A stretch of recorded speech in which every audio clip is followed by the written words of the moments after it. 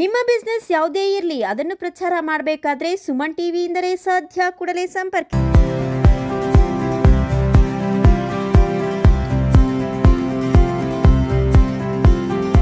ಜನರ ಸಮಸ್ಯೆಗಳಿಗಾಗಿ town ರೌಂಡ್ಸ್ಗೆ green signal ಕೊಟ್ಟ ಶಾಸಕ ಎಸ್.ಎನ್. ಸುಬ್ಬಾರೆಡ್ಡಿ ಮುಂದಿನ ತಿಂಗಳಲ್ಲಿ ಪುರಸಭಾ ಅಧ್ಯಕ್ಷ ಮತ್ತು ಸದಸ್ಯರ ಹಾಗೂ ಅಧಿಕಾರಿಗಳ ಜೊತೆ ಪಟ್ಟಣದ ಎಲ್ಲ ವಾರ್ಡುಗಳಲ್ಲಿನ ಜನರ ಸಮಸ್ಯೆಗಳ ಬಗ್ಗೆ ಸ್ವತಃ ನಾನೇ ಪರಿಶೀಲನೆ ನಡೆಸಿ ಹಂತ ಹಂತವಾಗಿ ಸಾರ್ವಜನಿಕರ ಸಮಸ್ಯೆಗಳನ್ನು ಬಗೆಹರಿಸಲಾಗುವುದು ಅಂತ ಶಾಸಕ ಎಸ್.ಎನ್. ಸುಬ್ಬಾರೆಡ್ಡಿ ತಿಳಿಸಿದರು.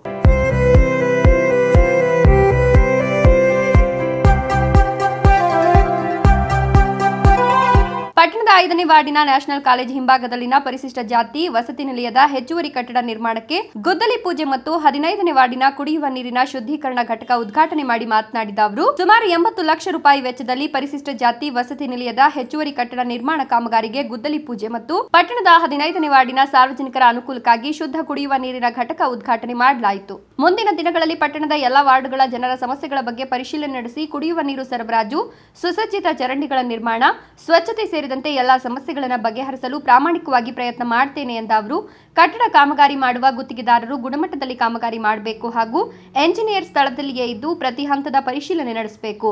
ಗುಣಮಟ್ಟ ಕಳಪೆಯಾದರೆ ಗುತ್ತಿಗೆದಾರ ಹಾಗೂ ಎಂಜಿನಿಯರ್ಗಳೇ ಹೊಣೆಗಾರರನ್ನಾಗಿ ಮಾಡಲಾಗುವುದು ಅಂತ ಹೇಳಿದರು.